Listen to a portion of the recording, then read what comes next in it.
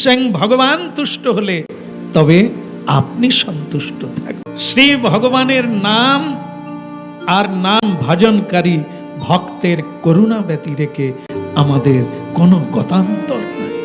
যেখানে ঋষি মুনিগণ তপস্যা করেন, যেখানে ব্রহ্মা অনেক তপস্যা করেছেন, যজ্ঞ করেছেন, এ পৃথিবীর কালচক্র যেখানে পড়েছে সেই জায়গাটার নাম হচ্ছে নৈমিষারণ্য। যে নৈমিষারণ্যে বহু ঋষি মুনিগণ জীবের কল্যাণের জন্য যজ্ঞ করছেন। আমরাও বাড়িতে যজ্ঞ করি, সেটা কেবলই ব্যক্তিগত বিষয়ে। হরিনাম করি, কর্ম করি, যা করি সেটা হচ্ছে ব্যক্তি বিষয়ে। আমার মঙ্গল কিসে হবে, আমার শান্তি কিসে হবে,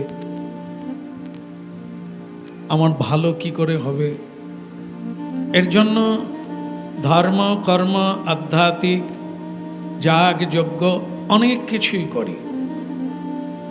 কিন্তু নূতন কথা শোনা যাচ্ছে যেটা অন্যের জন্য,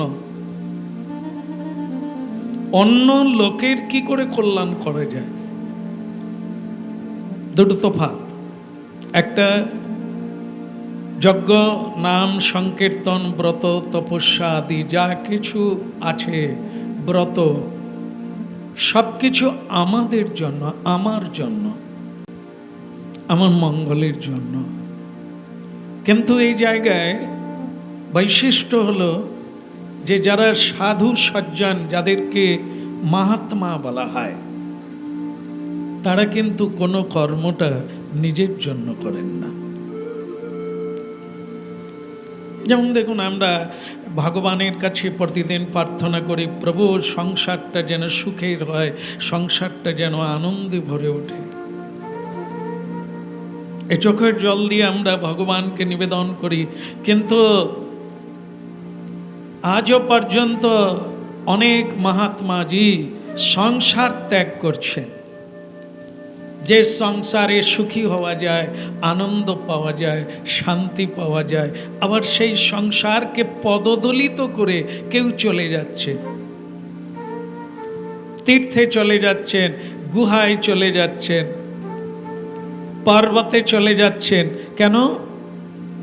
সেটাও নিজের জন্য নয়।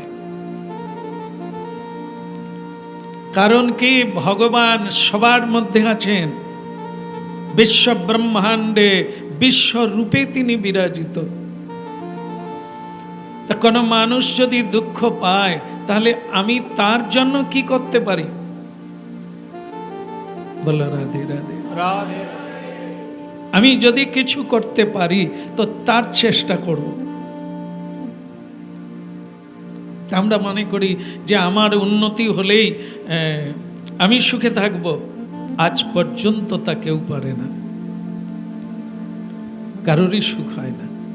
সবাই চেষ্টা করছি আমরা নিজের নিজের সুখের জন্য, নিজের নিজের জন্য, খুব আনন্দ হবে, খুব প্রেম হবে, কিন্তু আজ পর্যন্ত এটা কেউ পারে না। এমনকি কোনো দেবতা भी পারে না।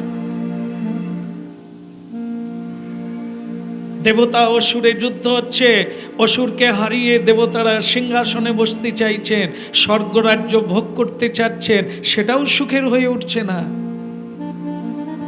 মাঝে মাঝে ভগবান বিষ্ণুর শরণাগতি হয়ে সেই সমস্যার সমাধান করতে হচ্ছে। তো সুতরাং দেবতা তো কা কথা, এ পৃথিবীর কোনো মানুষ পর্যন্ত নিজের সুখের কথা চিন্তা করে আজ পর্যন্ত সুখী হতে পারে না। কারণ কি? কারণ হচ্ছে তত্ত্বত ভগবান সর্বময়, সর্বভূতে বিরাজমান। আপনি অপরের প্রতি হিংসা করছেন, অপরের কেড়ে নিচ্ছেন, অপরের দুঃখে দুঃখী হচ্ছেন না, সে তো আপনি নিজের প্রতি হচ্ছেন না। কারণ আপনি তো সব। আপনি কষ্ট পেলে অন্যজন পায়, অন্যের কষ্ট হলে আপনারও কষ্ট হয়। বলো রাধে রাধে রাধে। কেউ যদি বাড়ির হাসপাতালে থাকে, কে ভালো করে ঘুমোতে পারে? পারে কি? কেন পারবেন না? ও তো আলাদা লোক, ওর যন্ত্রণা হচ্ছে কিন্তু আপনার তো যন্ত্রণা হচ্ছে না, তা আপনি শান্তিতে নেই কেন? কারণ কি? ওর মধ্যে ভগবান আছে, ভগবানের কষ্ট হচ্ছে, আত্মার কষ্ট হচ্ছে, আর আপনি ওর সঙ্গে যুক্ত হয়ে গেছেন, এই জন্য আপনিও সেই কষ্টের অনুভব প্রাপ্তি হচ্ছে। আপনিও টেনশনে ভুগছেন, যন্ত্রণা হচ্ছে, আপনার ঘুম হচ্ছে না। এ অনন্ত ব্রহ্মাণ্ডে যখনই কেউ দুঃসংবাদ প্রাপ্ত হয়ে যায়, সে তখনই দুঃখী হয়ে পড়ে। আর কারণ কি? কারণ এই জগতে অপরের দুঃখ হলে আপনি কোনোদিন সুখী হতে পারবেন না।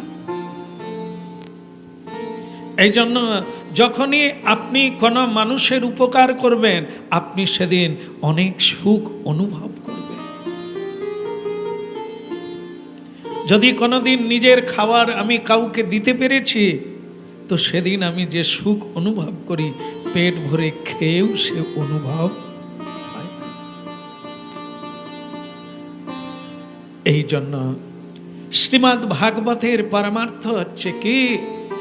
সব সময় জীবের সেবা করতে বলছেন, সাধুর সেবা করতে বলছেন।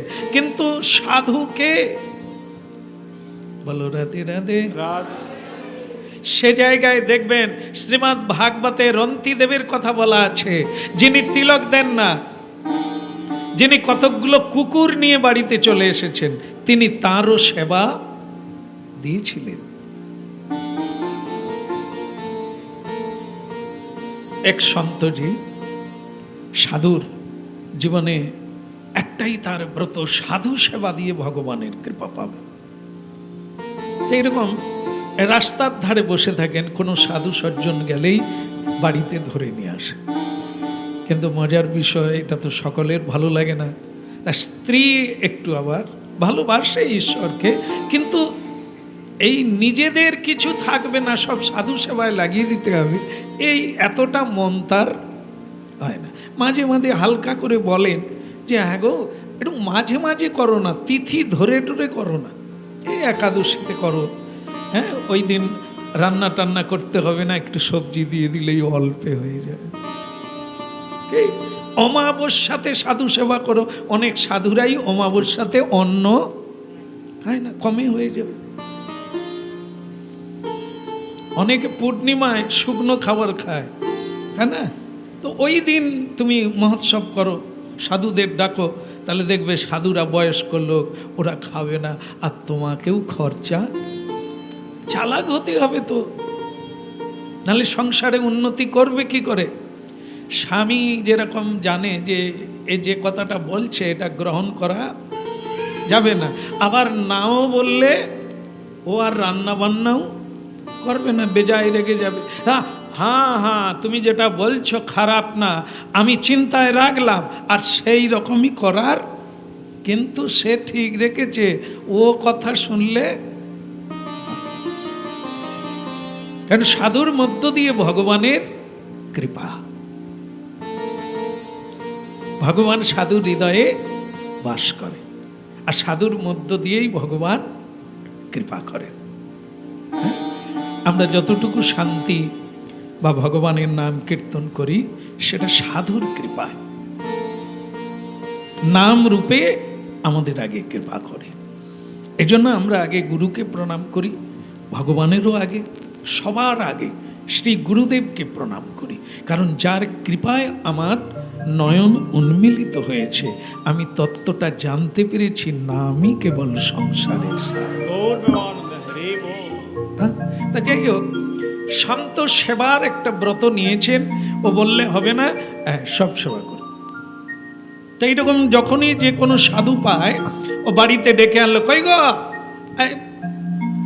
রান্না বসিয়ে দাও, ভগবানকে ভোগ দিয়ে এই সাধু ধরে নিয়ে এসেছি, লাগাও। কিন্তু বাড়িতে কি আছে এর হিসেবও নেয় না, আর আছে কি না দেখে না। অর্ডার দিয়ে দিল, কই গো রান্না করো, তাড়াতাড়ি করো, এই 12টার মধ্যে যেন ভোগ হয়ে যায়, সাধু আবার অন্য জায়গায় যাবে।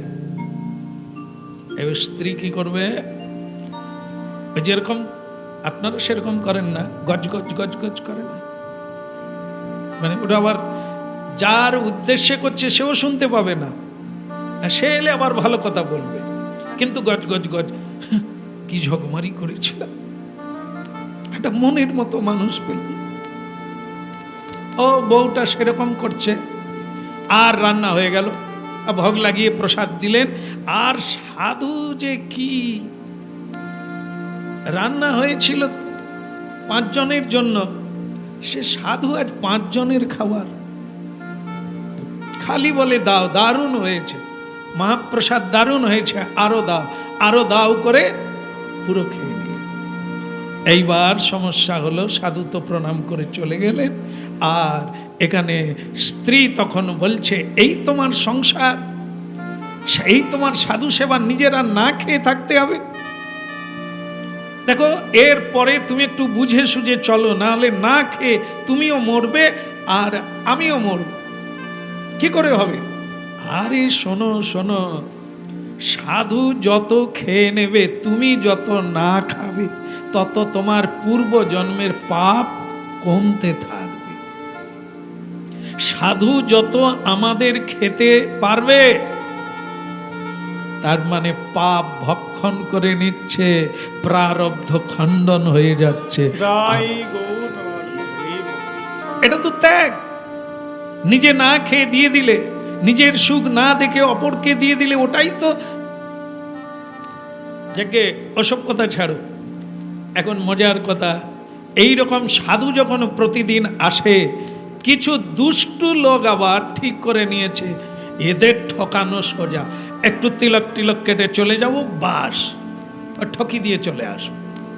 তো একজন দুষ্টু লোক এরকম সাধু সেজে ওই বাড়িতে চলে এলেন। তোর স্বামী খুব খুশি, হরিব, আরে আসুন আসুন, বসুন বসুন। হ্যাঁ, স্ত্রী বলে ওই আবার এলো, আমাদের আর কিছু রইল না, সাধু সেবা করে করেই ফতুর হয়ে গেলাম। তো এইবার হয়ে গেল, আর গৃহের মালিক সাধু সেবা দিয়েই তিনি বললেন আমি কার্যান্তরে যাচ্ছি, সাধুর যেন নিদ্রা না ভঙ্গ হয়, চেঁচামেচি করো না, ঠিক আছে? পাড়ার কোনো মেয়েরা এলে তাদেরকে বসতে দিও না, কারণ সাধু ঘুমোবে, নিশ্চিন্তে ঘুমোতে পারে। বাস, মালিক চলে গেলেন। সে তো আসলে নয়, সেও কিন্তু মানে ছল নিদ্রায় যাচ্ছিল।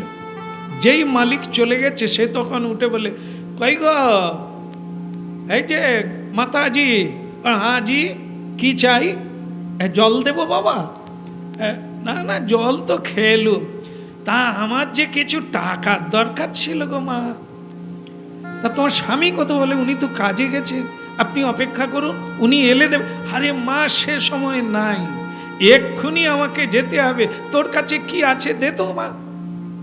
সে বলে আমার কাছে তো কিচ্ছু নেই, মোটে 200 টাকা পড়ে আছে, আমার বাপের বাড়ি দিচ্ছিল তাই পড়ে আছে, তো ওইটাই দে, ওইটাই দে, আপাতত চলে যাবে, পরে আসবো, তোর স্বামী আসুক। বলো রাধে রাধে। বাস, 200 টাকা ছিল, অনেকদিন আগেকার কথা, তো 200 টাকা অনেক। তা সেই 200 টাকা নিয়ে যায়নি, তাই সাধু চলে গেল। এইবার স্ত্রী চিন্তা করেছে, এরপর নিশ্চয়ই আর সাধু সেবার ঘটা এ বাড়িতে আর হবে না। স্বামী এলেন, কই গো আমার বৈষ্ণব সাধু কোথায় গেলেন? তোমার নিকুচি করেছে সাধু, এই সাধু সেবা তুমি বন্ধ করো। বলে কেন, হয়েছে কি?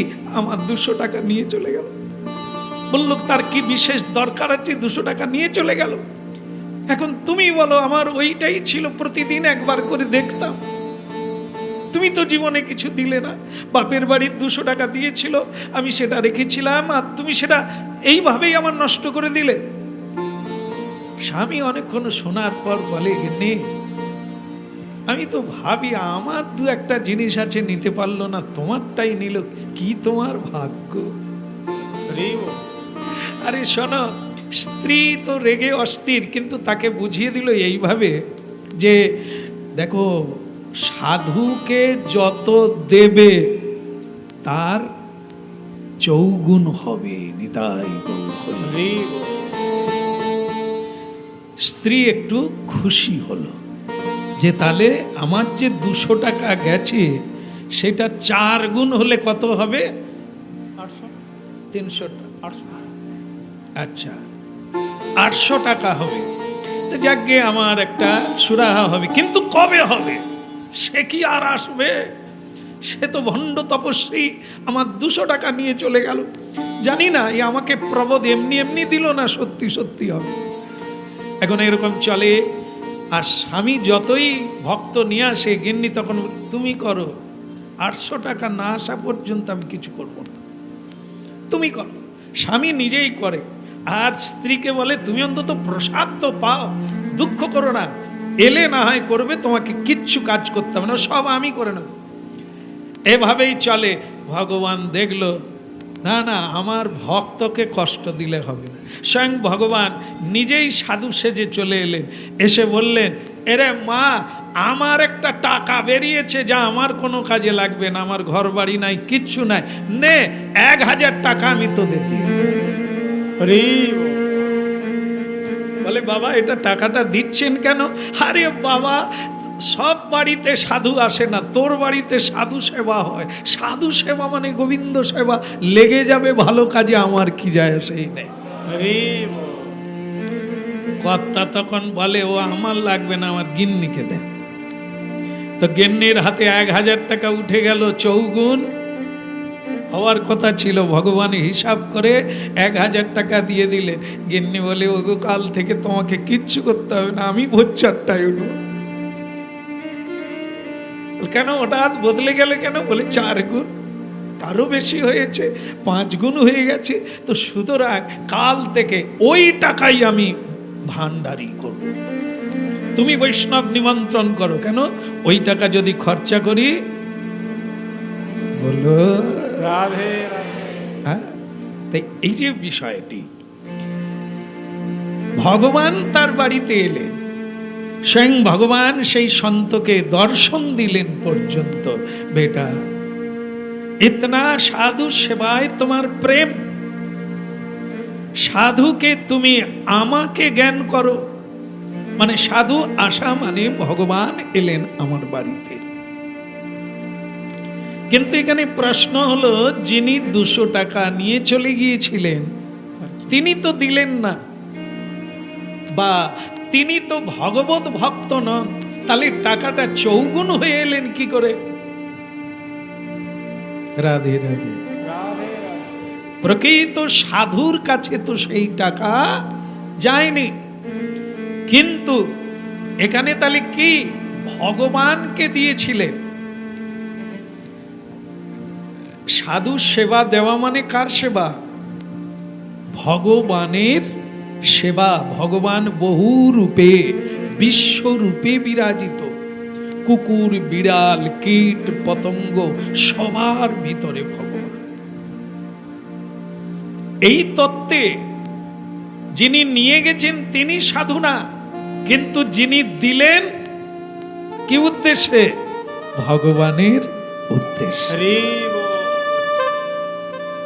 যিনি চুরি করেছেন, যিনি ঠকিয়ে নিয়েছেন, তার দণ্ড বিধাতা পুরুষ, তার কর্মের ফল তিনি প্রাপ্ত হবেন। কিন্তু আপনি যে সৎ কাজে দিয়ে দিলেন, উদার চেতা হয়ে দান করলেন সাধু জ্ঞানে, এটা কিন্তু সাধু সেবাতেই লেগে গেল। আর যদি বলেন এরকম করা উচিত, সাধু কিনা বিচার করা উচিত, যদি আপনি এরকম করতে যাবেন তাহলে অপরাধী হয়ে পড়বে। কারণ স্বয়ং গদাধর প্রভু, যিনি মহাপ্রভুর প্রাণ, সেই গদাধর প্রভু যখন পুণ্ডরিক বিদ্যানিধি সাধুকে দর্শন করতে গিয়েছিলেন, তার সঙ্গে মুকুন্দজি ছিলেন। পরম বৈষ্ণব মুকুন্দ খুব ভালো কীর্তন করতে পারেন।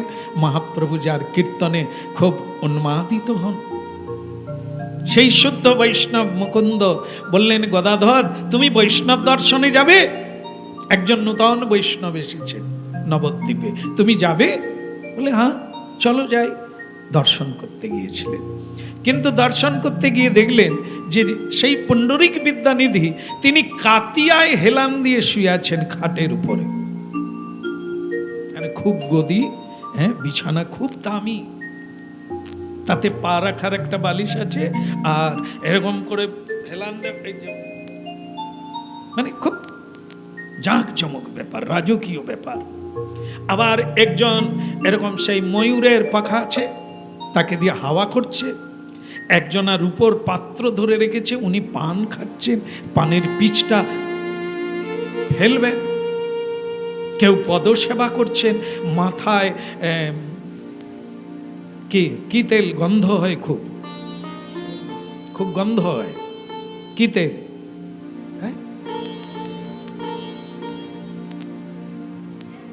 হ্যাঁ, কেশ তেল। আচ্ছা আচ্ছা, ঠিক আছে, জায়গা আমি বলে দিই যে যেটা গন্ধ হয়, বাকিটা যে যেটা মাখে, যে কোম্পানি যে যাচ্ছেন। বলো রাধে রাধে। আমিও একটা মাখি, ওই জন্য আমার কাছে পিঠে কেউ আসেনি। সেটা হচ্ছে যে নারকেল খেতে পারেনি, সেই পচা নারকেলকে কড়ার মধ্যে দিয়ে জ্বালানি দিয়ে যে তেলটা বাড়ায়, সেটা পিঁপড়াও লেগে যায় রাত্রিতে ঘুমালে। বলো রাধে রাধে রাধে রাধে। যাই হোক, যার যেমন অর্থ ভগবান দিয়েছেন সে সেভাবে করুক, গে যায় আসে না। কিন্তু ওনার মাথায় সুগন্ধি তেল, গায়ে ভীষণ ভালো জামা কাপড়, গলায় তো সোনার হার পরে আছে। এরকম বৈষ্ণব দর্শন করতে গেছেন। কিরকম হবে বলুন তো? কি বৈষ্ণব? আমরা বৈষ্ণব তাকেই বলি যার ছেঁড়া কাপড়, খেতে পায় না, ভিক্ষা চাইবে, পায়ে জুতো থাকবে না, হাতে ঘড়ি থাকবে না, জামা কাপড় থাকবে না। আমাদের থাকবে, কিন্তু সাধুদের নাকি? সাধুদের কি জামা কাপড় থাকবে? প্রেম সে বলল রাধে রাধে। আরে মশাই, কীর্তন যদি শুনেন, ইতিহাস যদি পড়েন, তাহলে তো দেখতে পাবেন দিল্লির সম্রাট ছেঁড়া কাপড়ওয়ালা সনাতন গোস্বামীর চরণে পড়ে কাঁদছেন, আর আপনারা অর্থকে মান্যতা দিচ্ছেন, সাধুকে ভিখারি বলবেন। সাধু রাজার রাজা, সম্রাটের সম্রাট, ভগবানের চেয়েও ধনী। কিরকম হয়ে গেল একটা না? ভগবানের চেয়েও ধনী। কেন? ভগবানকে হাত পাততে হয় ভক্তের কাছে। খিদে লেগেছে, এখনো ভোগ হয়নি। দেখবেন সব চমৎকার লীলায় ভগবানের এরকম লীলা আছে। ভক্তকে ভক্ত ভগবানকে সেবা দেন না, ভগবানের দেরি হয়ে গেছে, খিদে লেগেছে, আস্তে আস্তে করে সিংহাসন থেকে নেবে বলেছে, এখনো ভোগ হয়নি। এত তাড়া কিসে? বসো, হলে ডাকবো। কে? তো এই যে প্রেমের ঠাকুর, ভক্ত কত বড় ধনী, দিলে খেতে পার। বলো রাধে রাধে। যেমন আমাদের ভক্তরা ঘুম পাড়িয়ে দিলে ভগবান ঘুমায়, জাগালে উঠবে, না জাগালে ভয় আছে, উঠে পড়লে আবার বিপদ আছে। আমি ডাকিনি, উঠলে। বলো রাধে রাধে। এই জন্য ভক্ত ভগবানকে চেনা যায়, কিন্তু ভক্তকে চেনা বড় দায়।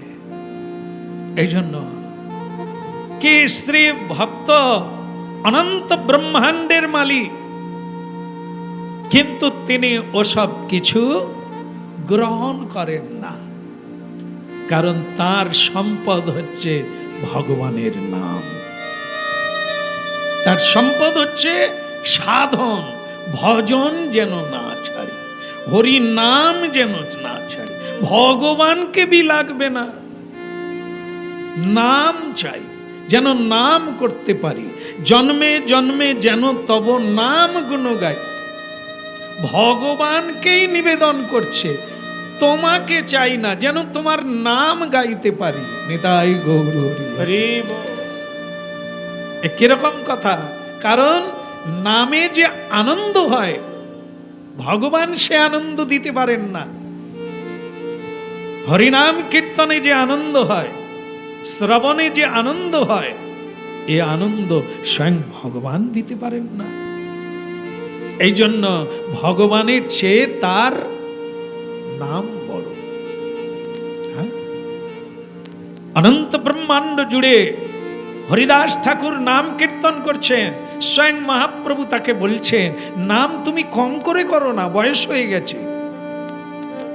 কিন্তু হরিদাস বলে, প্রভু না, হবে না, কারণ এই নামই আমার জীবনের সম্বল। নাম তিনি ধরে রেখেছেন বলে স্বয়ং ভগবান প্রতিদিন একবার করে দর্শন দিতে আসে। নামের কি মহিমা, ভক্তের কি মহিমা।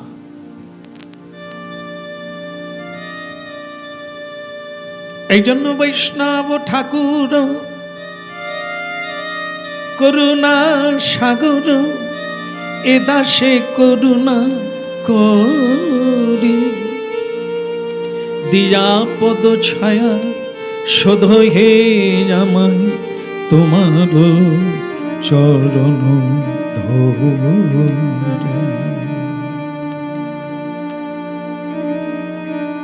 আমাদের জীবনে সাধুগুরু বৈষ্ণবের কৃপা যতদিন না বর্ষিত হবে, ততদিন আমাদের চৈতন্য হবে না,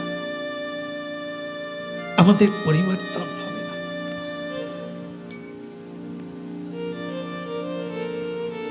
ভগবান কোনো আলাদা করে দেখেন না, বলছেন যে এক লোহা, একটা লোহা মন্দিরে থাকে, একটা লোহা পূজার মন্দিরে আছে, আরেকটা লোহা ব্যাধের কাছে আছে। ব্যাধ মানে যেটা যারা যারা পশু হত্যা করেন, জীব হত্যা করেন, তার কাছেও আছে লোহা। এই যে অস্ত্র শস্ত্র, এটা তো লোহা। एक लोहा पूजा में रहता और एक लोहा वैद्य के घर पर रहो। একই লোহা দুটো জায়গা আছে। একটা লোহা মন্দিরে আছে, হয় মনে করুন বঠি মন্দিরে থাকে, হ্যাঁ, আমি না করার জন্য, ভগবানের সেবা করার জন্য, ও লোহা। আর যে লোহাটা ব্যাধের কাছে আছে, কাটারি অস্ত্র, হ্যাঁ, তলোয়ার, সেটাও লোহা। কিন্তু পরশমণি, পরশমণি বুঝেন তো, যাকে লোহা ছোঁয়ালেই সোনা হয়ে যায়।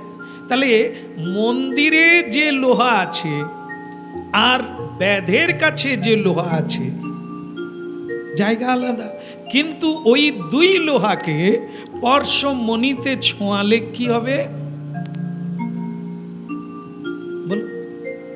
না না, মন্দিরের লোহাটা সোনা হবে, কিন্তু ব্যাধের কাছে যেটা আছে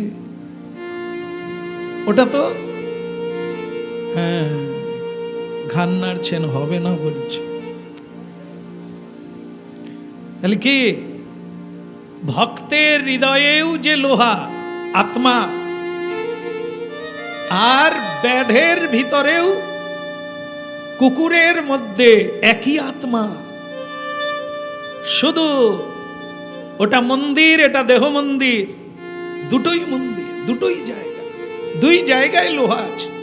কিন্তু ভগবান কাউকে আলাদা করে দেখেন না, তার নামের কৃপা কাউকে আলাদা করে হয় না।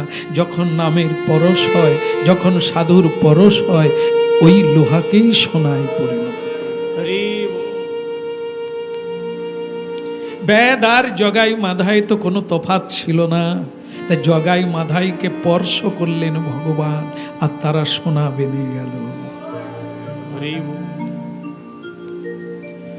এই জন্য শ্রী ভগবানের নাম আর নাম ভজনকারী ভক্তের করুণা ব্যতিরেকে আমাদের কোনো গতান্তর নাই। শ্রী ভগবানের নাম যারা করেন তাদেরকে মহাত্মা বলা হয়। তারাই কেবল আমাদের মতো বেদকেও পর্যন্ত সোনায় পরিণত করে দেয়। লোহাকে যেমন পরশমণি সোনায় রূপান্তরিত করতে পারে, ঠিক তেমনি একজন মহাত্মা একজন মানবকে, একজন পাষণ্ডকে মহামানবী পরিণত করে দেয়।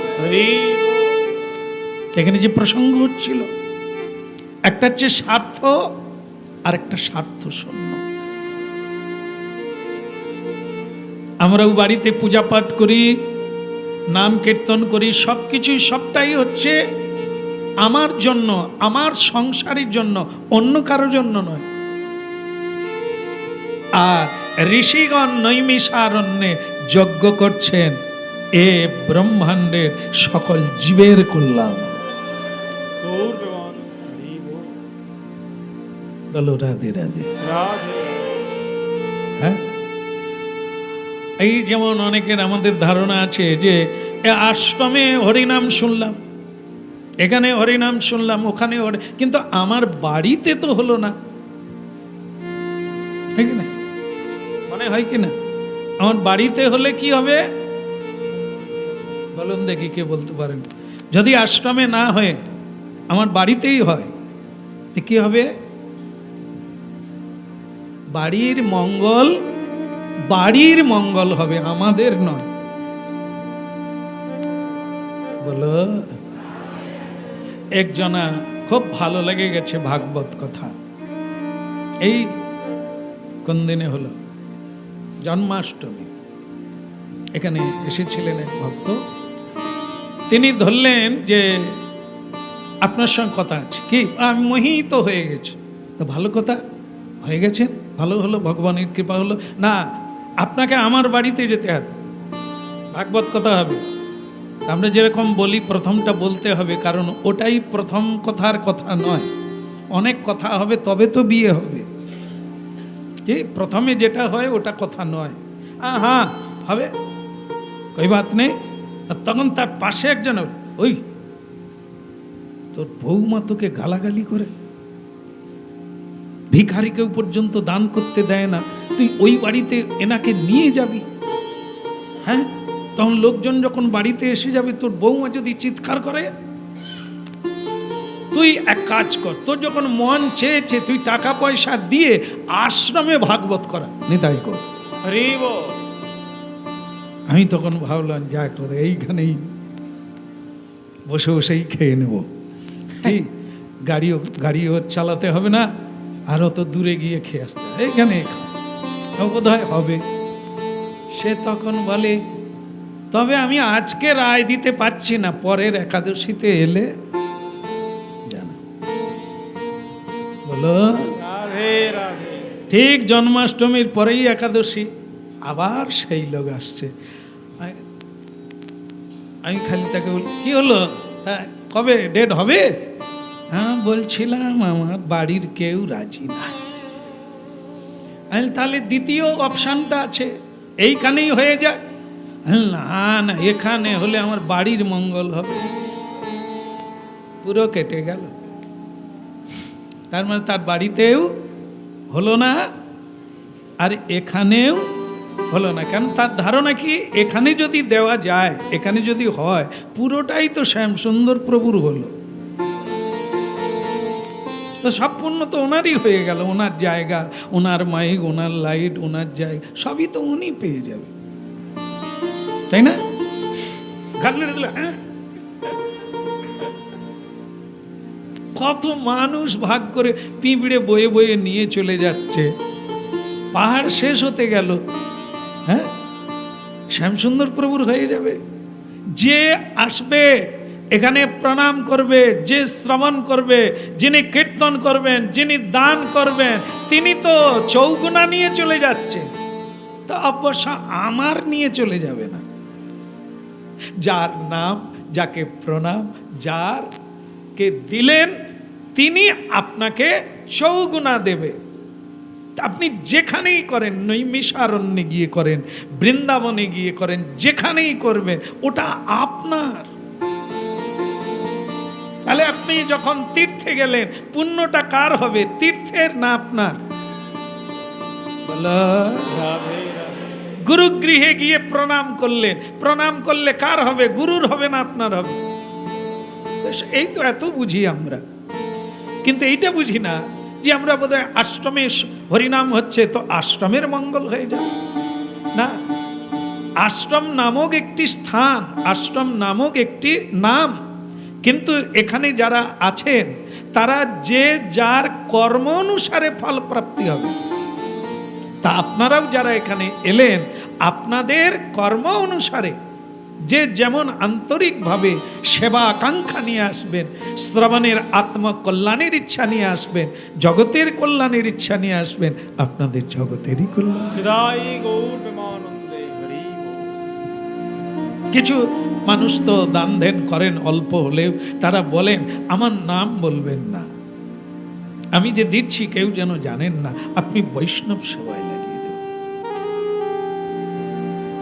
বুঝতে হয় এরা বোধ হয় এই তত্ত্বগুলো জেনে নিয়েছে। হ্যাঁ, আর কেউ কেউ কিছু দেন তো ওটা দেখিয়ে দেন, জানিয়ে দেন আমি এত দিচ্ছি, এটা বলবেন। আর আমার নিয়ম আছে, এখানে কারো দাতার নাম বললে তার মহা ক্ষতি হয়ে যাবে, বলতে নেই।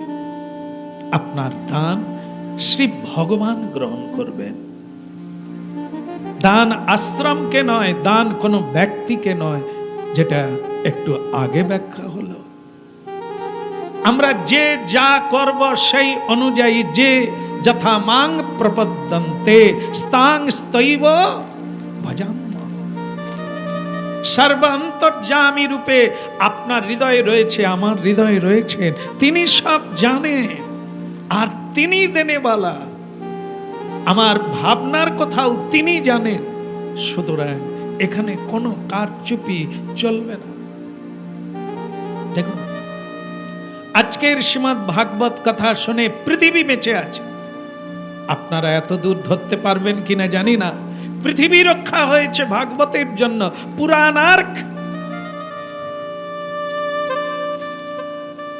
পুরাণার্ক মানে সূর্য। সূর্য উদয় হলে যেমন অন্ধকার নাশ হয়ে যায়, মানুষের মলিনতা নাশ হয়ে যায়, রাত্রি যত হয় মানুষের ভেতরে পাপের জন্ম হয়, নানা কুবাসনা জাগে, সেগুলি তখনই হটে যায়, পরিষ্কার হয়ে যায় যখন সূর্য উদয় হয়। প্রাতঃ শিরসি শুক্লাব্জে দ্বিনেত্রং দ্বিভুজং গুরু বরাভয়করং শান্তং সারেৎ তন্নাম পূর্বকং। যার নাম শ্রবণে বরাভয় দূরীভূত হয়ে যায়, স্বয়ং যম পর্যন্ত ডরে যায়, কেঁপে ওঠে, সেই নাম যেখানে হয় সেখানে কোনো ভয় থাকে না। এরকম পৃথিবীতে ভাগবত এসেছে বলে পৃথিবী বেঁচে আছে, না হলে কবেই ধ্বংস হয়ে যেত, এ লয় প্রাপ্ত হয়ে যেত। মানুষ যেভাবে পাপে নির্ভরশীল হয়ে গেছে, মিথ্যার উপরে নির্ভরশীল হয়েছে, চুরি করাকে গর্ববোধ করে, হঠকারীকে সত্যবাদী বলে মনে করে, সেই যুগ বেশি দিন টেকে না, ধ্বংস হয়ে যায়। কিন্তু যদি কেউ ভগবত নাম, এই ভাগবত কথা শোনে, তিনি কেবল টিকে যাবেন, তিনি কেবল থেকে যাবেন, স্বয়ং ভগবান কেবল তাকেই রক্ষা করবে, আর সব ধ্বংসের পথে যাবে।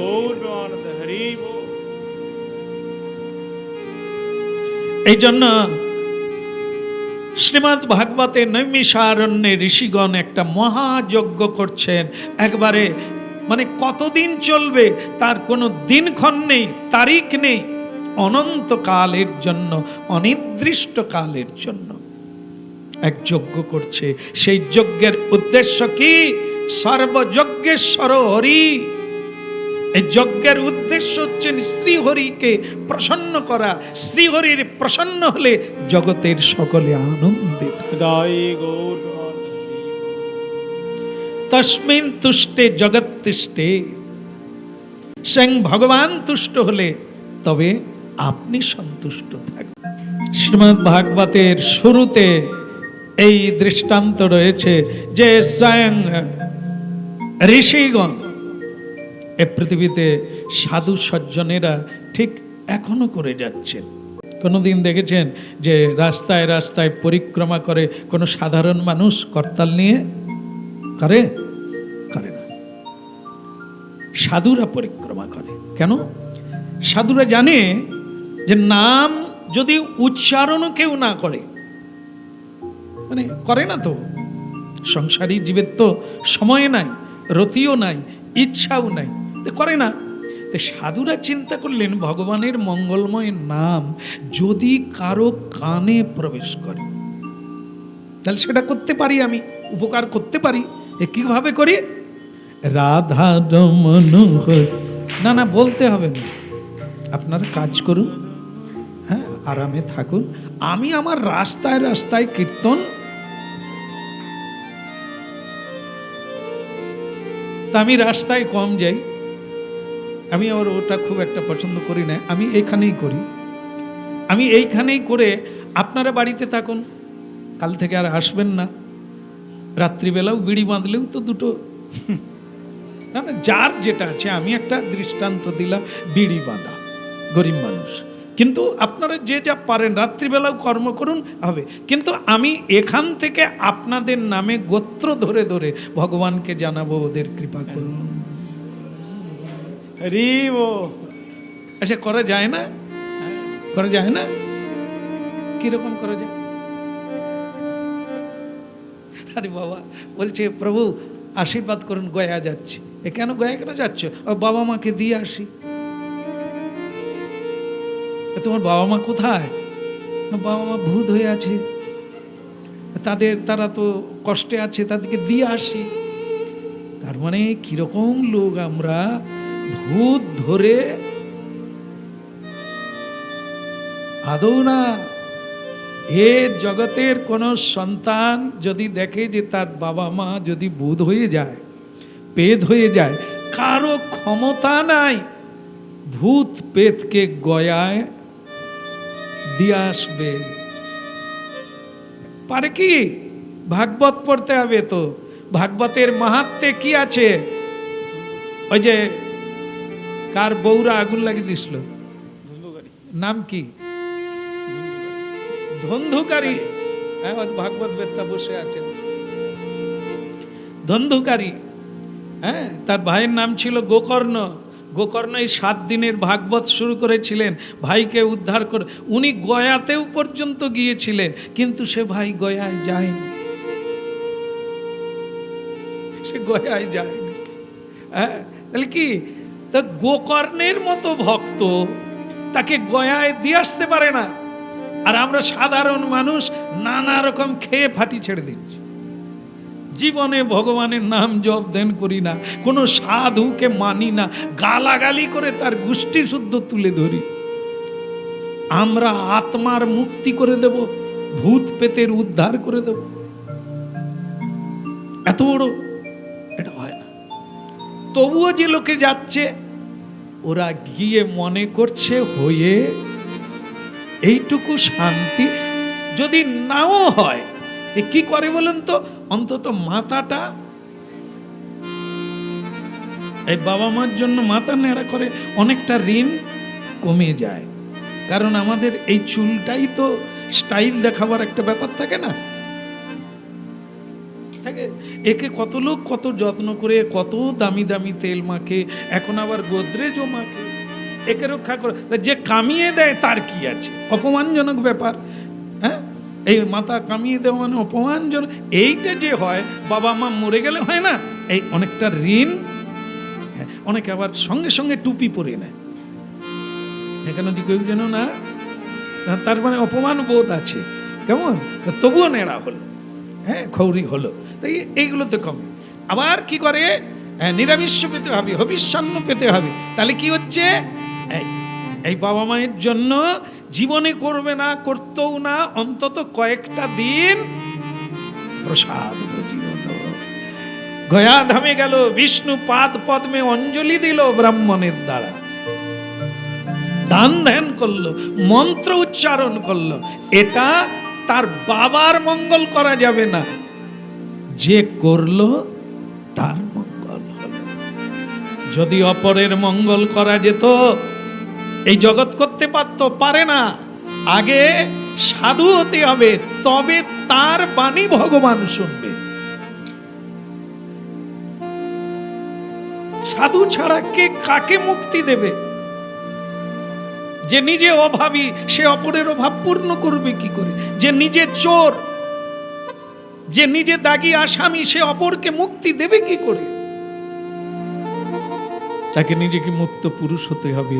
সত্যমেব জয়তে, সত্যের পথে চলতে হবে, আলো জেলে চলতে হবে। তবে তার আলোতে বহুজনের আধার কেটে যাবে, বহুজনের অজ্ঞানতা দূরীভূত। মিলিয়ে নেবেন পৃথিবীতে সব চাইতে বড় দান, সব চাইতে বড় উপকার হচ্ছে কি? শিক্ষা। যেটা বিবেকানন্দ বললেন, মানুষের অভাব দূর করতে গেলে, দুঃখ দূর করতে গেলে চাই শিক্ষা, জ্ঞান। বিদ্যা মানে তো জ্ঞান, সেই জ্ঞান দরকার। বিশেষত পরাবিদ্যা, আধ্যাত্মবিদ্যা, আত্মচেতনা, এইটা না আসা পর্যন্ত আপনি কোনোদিন সুখী হতে পারবেন না। আত্মচেতনা চাই। যতই পড়ুন, যতই রোজগার করুন, যেভাবেই থাকুন, আপনি সুখী হতে পারবেন না। তস্মিন তুষ্টে জগৎ তুষ্টে।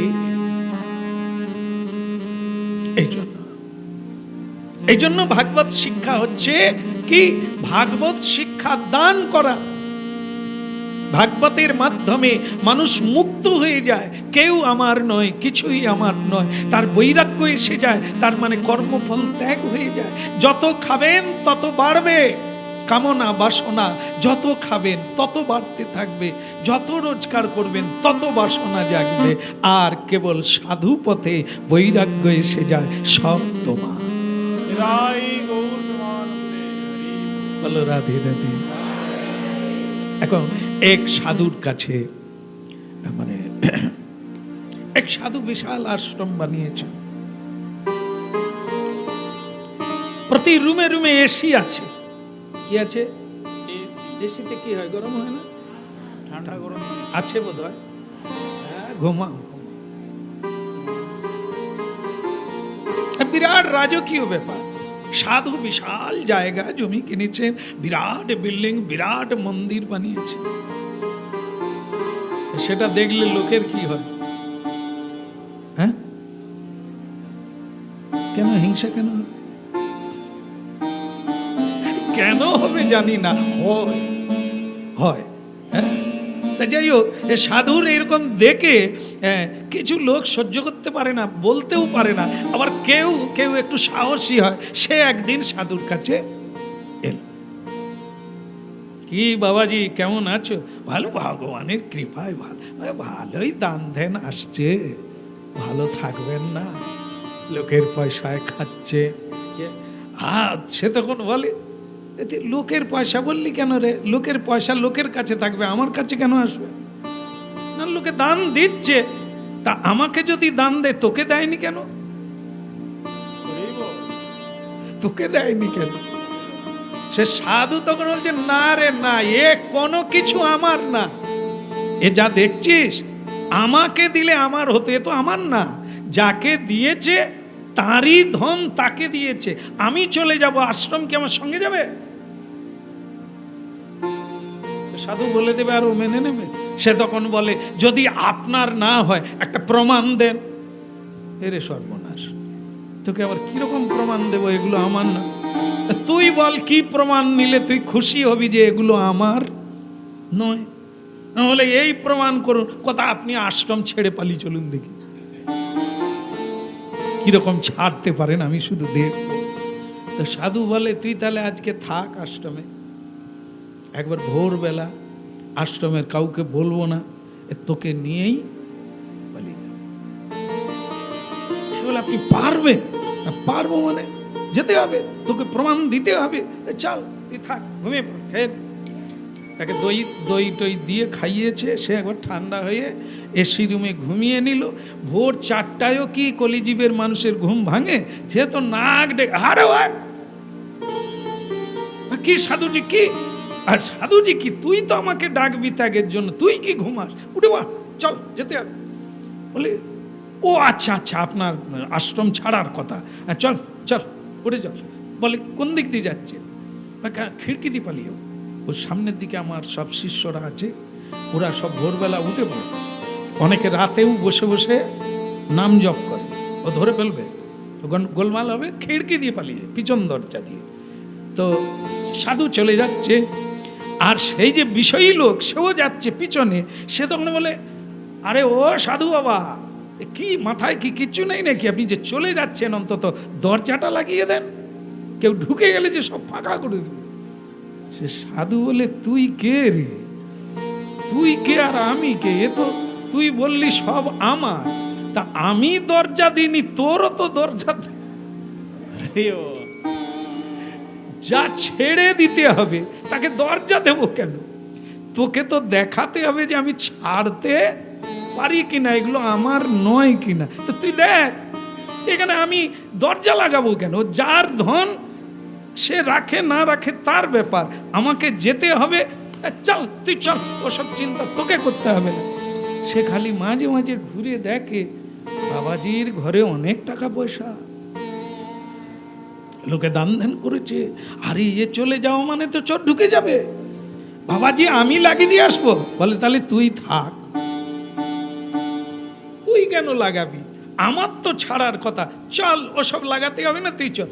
যে দুজনে চলে গেল। এইবার সাধু তো শুধু হাঁটে আর হাঁটে, সাধুর হাঁটার কাছে বিষয়ী জীব ফ্যাঁ ফ্যাঁ করবে। আচ্ছা বলুন তো, বাঘের শক্তি বেশি না হরিণের শক্তি বেশি? কার যেন বললে? বাঘের। কিন্তু আপনার এই যে টিভিতে দেখেন না, কার পিছনে বাঘ ছোটে? হরিণের পিছনে। হরিণের পিছনে। হরিণ আগে থাকে না পিছনে থাকে? দেখবেন এক এক সময় বাঘ ছুটেও ধরতে পারে না।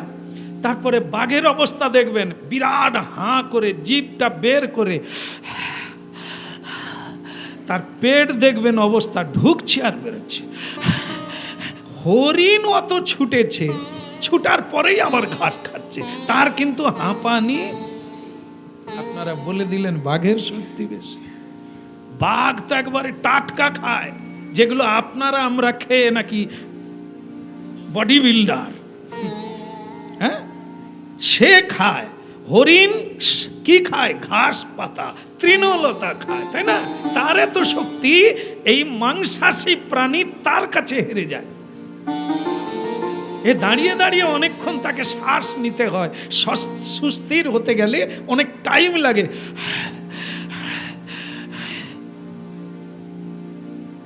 আর হরিণ ছুটে গিয়ে বেঁচে গিয়েই আবার ঘাস খাওয়া চালু করে দেয়। বলো রাধে রাধে। হ্যাঁ, বলছেন বৈজ্ঞানিকরা বলছেন যত আপনি সাত্বিক আহার করবেন, সেই সাত্বিক আহারে আয়ু বৃদ্ধি হয়, রোগ জ্বালা কমে যায়, অনেক কমে যায়। এগুলো বিজ্ঞানের কথা। হ্যাঁ, আবার বিজ্ঞানেও বলেছেন ওইগুলো খেলে তার শক্তি বৃদ্ধি হয়। কই বাত নেই, এখানে কোনো দ্বিমত নাই, কোনো বিতর্ক নাই। আপনি আপনার ভালোর জন্য অবশ্যই খাবেন, আমি আমার ভালোর জন্য খাবো না। গৌর ব্যাপার, এখনো বিতর্ক নাই, এখনো জোর নাই, এখনো চাপিয়ে দেওয়ার নয়, এখনো আইন নয়। আপাতত আমি শ্রীমদ্ ভাগবত থেকে, গীতা থেকে যেটুকু পেয়েছি, এটি কোনো আইন চলবে না।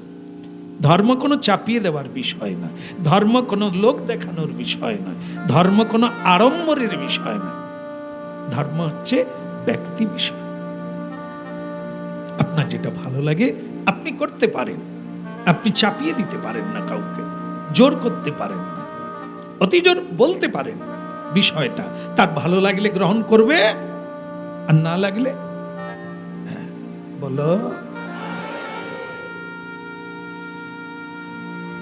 আজকে আমার ছেলে বৌমা আসবে, আপনি একটু বুঝিয়ে দেবেন তো, কিছুতেই ছাড়বে না, এসব খাবে। আমি তারই সামনে বলি, ভালোই, এরা আমার চেয়েও ভালো, ভালো থাকো, যা খাচ্ছ খাও, তবে মাঝে মধ্যে এখানে এসো, প্রণামও করার লাগবে না, কিন্তু মাঝে মাঝে আসলে তোমারই মঙ্গল হয়। এখানে কোনো জাদু নাই যে আপনাকে পরিবর্তন করে দেওয়া যাবে, শুধু বলা হবে। ভগবান শ্রীকৃষ্ণ অর্জুনকে শুধু বলেছিলেন, তাতেই অর্জুনের মত বদল হয়ে গিয়েছিল, জীবন বদলে গিয়েছিল। আমরা শুধু বলতে পারি, এই বলাটা বলার জন্য নয়, শোনার জন্য, নিজে স্মরণ করার জন্য। আমি যে সব মেনে চলি তা না, এই শুনতে শুনতে নিজেকে নিজে ভাবি যে এটি আমার করা উচিত।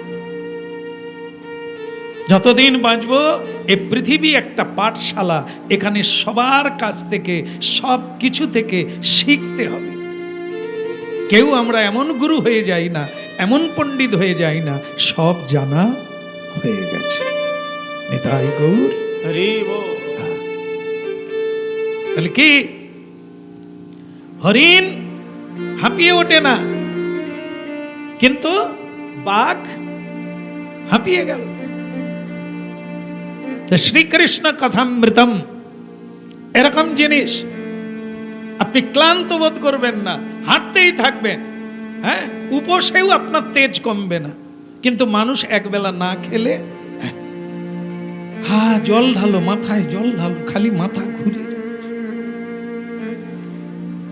সাধু যে সংসার ছেড়ে দিলেন, মানে আশ্রম ছেড়ে দিলেন, কেবলই হেঁটে যাচ্ছে, আর সংসারী জীব সে হাঁটতে পারছে না। বলে, সাধুজি খিদে লাগে না? ও আচ্ছা আচ্ছা, খিদে লেগেছে, কিন্তু কি করব, খাওয়ার তো নেই জঙ্গলে। তো বলে, তাহলে আপনি বসুন না, আমি 2-4 বাড়ি ভিক্ষা করে আনি, তারপরে ফুটিয়ে আপনি ভোগ লাগাবেন, দুজনে প্রসাদ পাবো। যা, তুই যা, আমি হরিনাম করি, তুই যা। সেই সংসারী জীবটাই মানে ক্লান্ত হয়ে পড়েছে খিদা। সাধু কিন্তু সে যেন নবীন সাধু, আরো তেজ তার বেড়ে যাচ্ছে। এ হরিনাম করছেন, বলে আমি হরিনাম করি, তুই তো যা ভিক্ষা করে নিয়া। চলে গেল। এদিকে কি হলো, এক রাজা জঙ্গলে শিকার করতে এসে দেখলেন যে সাধু বসে আছে, মানে সেই আশ্রম ছাড়া সাধু, সে একটি গাছের তলায় বসে হরিনাম করছেন। আর যে হরিনাম করছেন, রাজা কিন্তু সাধুকে খুব শ্রদ্ধা করেন। আরে সাধুজি, আপনি আমার আজ জীবন ধন্য হয়ে গেল, বলুন আপনার কি সেবা করতে পারি? বেটা, মেরা কোই সেবা নেই লাগেগা, তুই ঈশ্বরের সেবায় লেগে যা। বলে, ঈশ্বর তো আপনার ভেতরে আছে, আপনি তো আমার ঈশ্বর, আমি আপনার সদাই গৌর হরি বল। কে আছিস, যা আমার রাজবাড়ি থেকে সিংহাসন নিয়া। কি আশ্চর্য, ঘোড়ায় করে সিংহাসন চলে এলো, নানা রকমের খাদ্য, পাচক মানে পূজারি, সব আনা হলো, লোকজনকে নিমন্ত্রণ করা হলো, বিরাট আয়োজন করলেন। সাধু তার আম গাছের গোড়ায় বসে চোখটা মাঝে মাঝে খুলে দেখে, লোকে লোকারণ্য, রান্না বান্না চলছে, আর বিষয়ী জীব কিন্তু সে ভিক্ষায় যাচ্ছে। এইবার সে যখন ভিক্ষা করে নিয়ে আসে, এখানে এলাহি কাণ্ড চলছে। সাধু খাবে না, লুচি পুরি মিষ্টান্ন, সর ভাজা, গজা ভাজা, ছানা ভাজা, সে কতর ছানার মুড়কি, সেই সব দিয়ে সাধুজিকে অনুরোধ করছে। সাধুজি বলে, নেই লাগেগা, নেই লাগেগা। আর রাজা অনুরোধ করছে এত দামি দামি খাবার, সে 2-4 বাড়ি ভিক্ষা করে এনে বাঘের মতো হাঁপাচ্ছে। এরে কি কাণ্ড রে, এ তো খেয়ে শেষ করতে পারে না, আমি ভিক্ষা চেয়েও পাই না। সে তখন ওই ভিক্ষার বস্তু সাধুর কাছে রেখে দিয়ে বলে, তোমাকে আমি ভুল বুঝেছিলাম, আমাকে তুমি ক্ষমা। हरि बोल সে তখন বলে, বেটা ক্যা রে, এত তাড়াতাড়ি ভুল বুঝে গেলি? বলে, সেখানে অত বড় আশ্রম বানিয়েছেন, আবার এখানে আসা মাত্র আপনি সিংহাসনে বসে আছেন। বলে, যাহা রাম তাহা অযোধ্যা। তুই কি ভাবলি রে আশ্রম লোক দান করেছে ওইটাই সম্পদ, এখানে না হলে আমার শান্তি নাই। যেখানে যাব हरि बोल রাম যদি হৃদয়ে থাকে, আমার আরাম জমের সাধ্য নাই কেড়ে নেবে। তোরা বেটা শুধু পিছনে লাগবি, খঞ্জনি বাজা। জীবনটা তো বাজুক, তোদের তো ফাটা ফুটো হাঁড়ি রে, বাজালে ঢর ঢর করবে। ফুটো হাঁড়ি কোনো কাজে লাগবে না। হ্যাঁ, পাত্র তৈরি হো, মানুষের সেবায় লাগ, কাজে লাগ, দেখবি তোর পাত্র ভগবানের সেবায় লাগে। শ্রীমদ্ ভাগবত। সেই বিষয়ে জীব সাধুকে অনুরোধ করলেন, আমার ভুল হয়ে গেছে, আপনি যেই আশ্রমে ছিলেন। সাধু বলেছিল, এসব আমার না, এসব তার। এটাই সত্য। তিনি যেখানেই যাবেন, নামের কৃপা তার কাছে। ভগবানের নাম নিলে ভগবান তার কাছে, বিশ্ব স্রষ্টা, বিশ্ব বিভূতি তার কাছে থাকবে। সংসারী জীব সারা জীবন খেটে একটু সম্মান প্রাপ্তি হয় না, একটু সুখ শান্তির ছিটে ফোঁটা প্রাপ্তি হয় না। আর শ্রীকৃষ্ণ ভজনে নাম নামকারী বহুধা, নিজ সর্ব শক্তি স্ততার পিতা নিয়মিত স্মরণে রক্ষা। শ্রীমদ্ ভাগবতের কথা হচ্ছে এটাই, যেন তেন প্রকারে একটু নিয়মিত নাম কীর্তন কর, পর উপকারের জন্য, সবার মঙ্গলের জন্য সেখানে যজ্ঞ করছিলেন। নৈমিষারণ্যের মহাত্মাগণ, ঋষি মুনিগণ জগতের কল্যাণের জন্য সেদিন করেছিলেন। সেই কল্যাণের বাতাস, কল্যাণের স্রোত, কল্যাণের ঢেউ আজও পর্যন্ত বয়ে চলছে। हरि बोल